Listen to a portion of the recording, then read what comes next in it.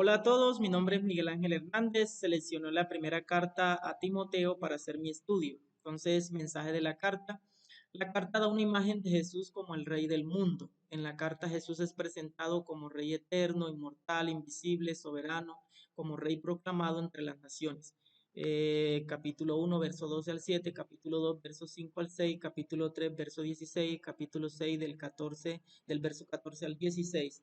La carta también da una visión completa del carácter y perfil de un buen líder cristiano, por lo inferido en el capítulo 3, verso 15, y por el trato especial hacia los ancianos, ancianas, jóvenes y viudas en el capítulo 5, verso 1 al 3, y por los requisitos de los obispos y los diáconos en el capítulo 3, verso 1 al 11.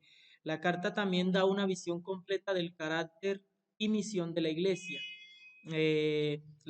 ya que la iglesia debe ser conocida como una comunidad de personas íntegras, reconocida por sus buenas obras, por su servicio a otros y por la fe en Jesucristo. Esto lo abarcan los capítulos 2 y 3, que son una serie de consejos para la iglesia. Temas que corren a lo largo de la carta. Instrucciones contra falsas doctrinas y falsos maestros, capítulo 1 del verso 1 al 11. Instrucciones contra falsos maestros, capítulo 4 del verso 1 al 5. Instrucciones contra la vanidad y falsas doctrinas, capítulo 6, verso 1 al 10. Jesucristo entonces es Rey del universo, capítulo 1, verso 12 al 17. Jesucristo es proclamado Rey entre las naciones, capítulo 3, verso 16, y Jesucristo, Rey de Reyes y Señor de Señores, en el capítulo 6, verso 14 al 16.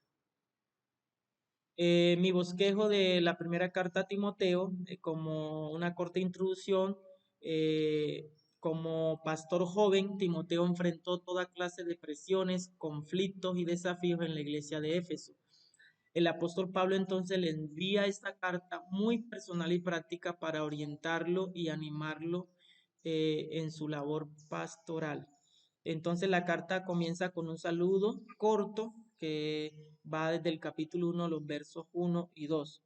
Entonces tengo un tema principal que lo coloqué, mentoría de Pablo a Timoteo, y coloqué aquí cuatro temas, temas secundarios: advertencia contra falsas doctrinas y falsos maestros, peleando la buena batalla y manteniendo en alto la fe, un buen servidor de Cristo Jesús, cuidado de la iglesia, y tengo un segundo tema principal que es instrucciones generales. Entonces, en el capítulo 2, verso 1 al 15, y el capítulo 3 al 16, encontramos el primer tema secundario, instrucciones para la iglesia. Y tengo otro tema secundario, instrucciones para líderes a no desviarse de la fe y hacer ejemplo. Capítulo 3, verso 1 al 12, capítulo 4, verso 1, capítulo 6, verso 21. Asuntos históricos literarios de la carta. Autor: Primera de Timoteo fue escrita por Pablo, aunque muchos críticos han considerado que las cartas pastorales son seudónimas por su estilo, vocabulario, atención al orden de la iglesia y por lo que expresan hacia la ortodoxia y a las enseñanzas heréticas. Procedencia: probablemente desde Macedonia, por lo inferido en el capítulo 1, verso 3. Al partir para Macedonia, son las palabras del apóstol Pablo, te encargué que permanecieras en Éfeso. Fecha: se han debatido muchas fechas, pero la más probable es que haya sido durante la década de los 60, si Pablo fue puesto en libertad de su encarcelamiento en Roma y escribió esta carta durante el transcurso de sus posteriores actividades misioneras. Canon: aunque algunos no aceptaron su canonicidad, la carta fue citada por autores de autoridad como Policarpo, Atenágoras y otros posteriores. Entonces no cabe duda de que ha gozado de amplia consideración como obra de Pablo y como canónica. Ocasión: sin descartar otras causas o circunstancias, el apóstol Pablo escribe para reconvenir y animar a su fiel y joven colaborador Timoteo, por quien el apóstol sentía un profundo cariño y a quien había confiado durante años importantes tareas misioneras. Aporte de la carta: es un rico manual de mentoreo que provee las herramientas adecuadas para desarrollar un buen ministerio cristiano. Es una carta que nos orienta respecto a ministros. Aunque Pablo no menciona nada de manera explícita acerca de la ordenación, la carta sí nos proporciona gran luz respecto a ella, por lo inferido en el capítulo 1, verso 18, capítulo 4, verso 14. Es un manual que marca el carácter y propósito de la iglesia y tuvo una visión para la época de Timoteo, pero también para la época actual, capítulo 1, verso 3 al 11. Principal aporte de la lectura de los documentos. Considero que es importante conocer detalles relacionados con el autor, procedencia, fecha y demás para hacernos una idea más firme del texto bíblico y así poderlo defender con más propiedad.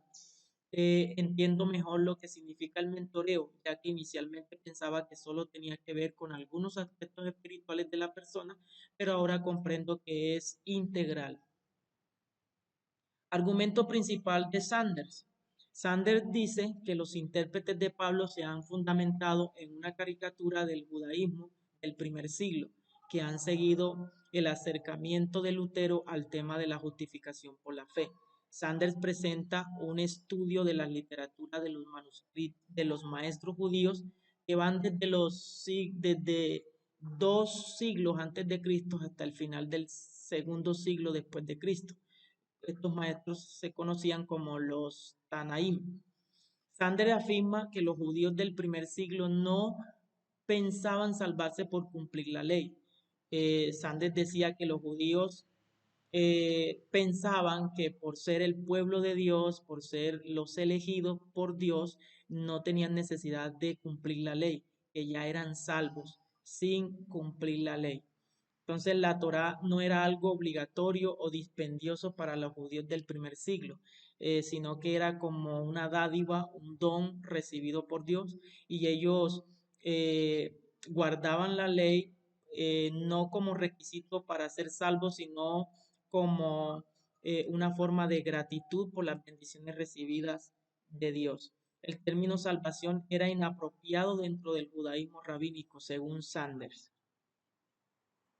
Observaciones del profesor Donner. El profesor Donner argumenta, él dice, si el argumento de Sander es cierto, ¿por qué Jesús reprocha tanto la conducta de los judíos del primer siglo? ¿Cuál era el problema de Dios con el pueblo? ¿Por qué Jesús tuvo que morir en una cruz? Entonces todo eso nos deja dicho eh, que por la falta de obediencia del pueblo, por la falta del pueblo, por la falta de obediencia del pueblo a la ley de Dios. Jesús tuvo que morir en una cruz. ¿Cómo pudieron equivocarse Jesús, Pablo y los reformadores en consenso en cuanto al propio contexto en que vivieron? No resulta más factible, dice el profesor Donner, que creer que los historiadores, aquellos que intentan reconstruir la realidad del pasado, estén errados. Entonces, estudios de eruditos cristianos acerca de la literatura rabínica siempre han demostrado que el judaísmo rabínico era una regla de justificación por las obras. Todo esto se ha de interpretar dentro de su contexto histórico y cultural, regla fundamental de toda interpretación bíblica. Entonces, resulta más razonable y lógico creer que estas personas que han intentado reconstruir el pasado o eventos del pasado se hayan equivocado en algunas cosas y no que los que estén equivocados sean las personas que estuvieron involucradas en estos eventos históricos. Algunos asuntos relacionados con la teología, literatura rabínica. Se fecha al final del segundo siglo, abarca un periodo entre 175 y 200 años, 200 años después de Cristo.